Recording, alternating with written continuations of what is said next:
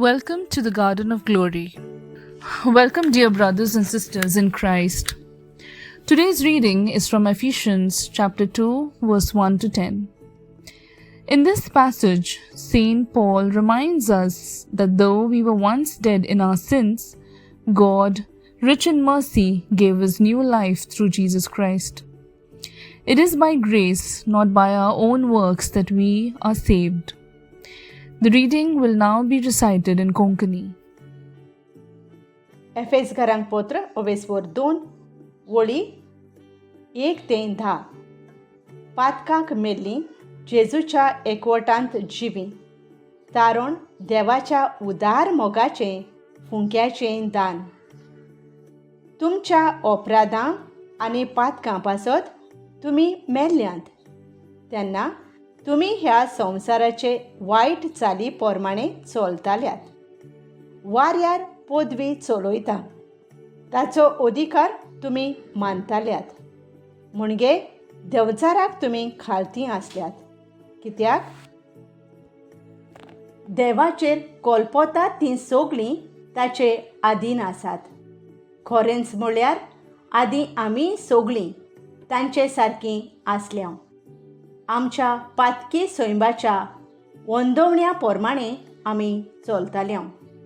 कुडीच्योच खुशो पाळताल्या आनी आमच्याच वाद्याचीं जाल्ल्या. अशें आमच्या पातकी सैमाचे गती पोरमाणें आमी सगळ्या हेरां मनशां भाशेन देवाच्या क्रोधाक सांपडल्या. पूण कितली व्हड देवाची कोनवळाय, कितलो म्हूण देवान आमचो मोग केलो. आमच्या पातकांक लागून आमी मेल्लीं आसल्या आनी तेन्नाच क्रिस्ताच्या एकवटांत ताच्या वांगडा देवान आमकां नवो जीव दिलो. ताच्या फुंक्याच्या देण्यान तुमकां सोडवण मेळ्ळ्या. जेजू क्रिस्ता सोवें ताच्या वांगडा देवान आमकां पुनर्जिवंत केल्यान आनी ताच्या वांगडा आमकां स्वर्गार बसयल्यांत. जेजू क्रिस्ता सोवें आमचे थंय देवान आपले भलेपणान दाखयलीं.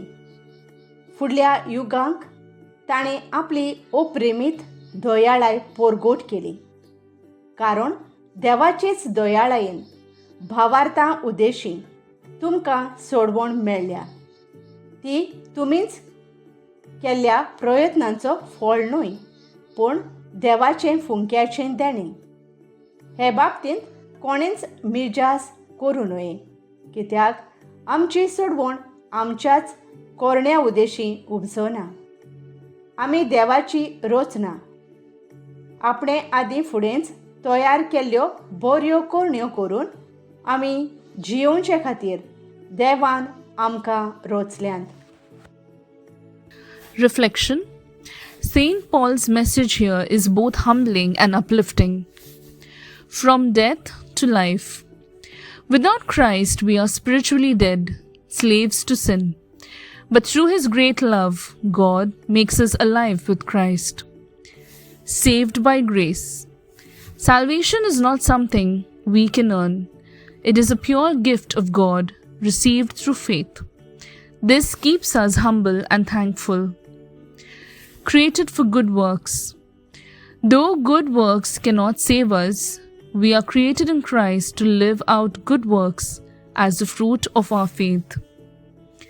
This passage reminds us that Christianity is not about what we do for God, but about what God has done for us in Christ.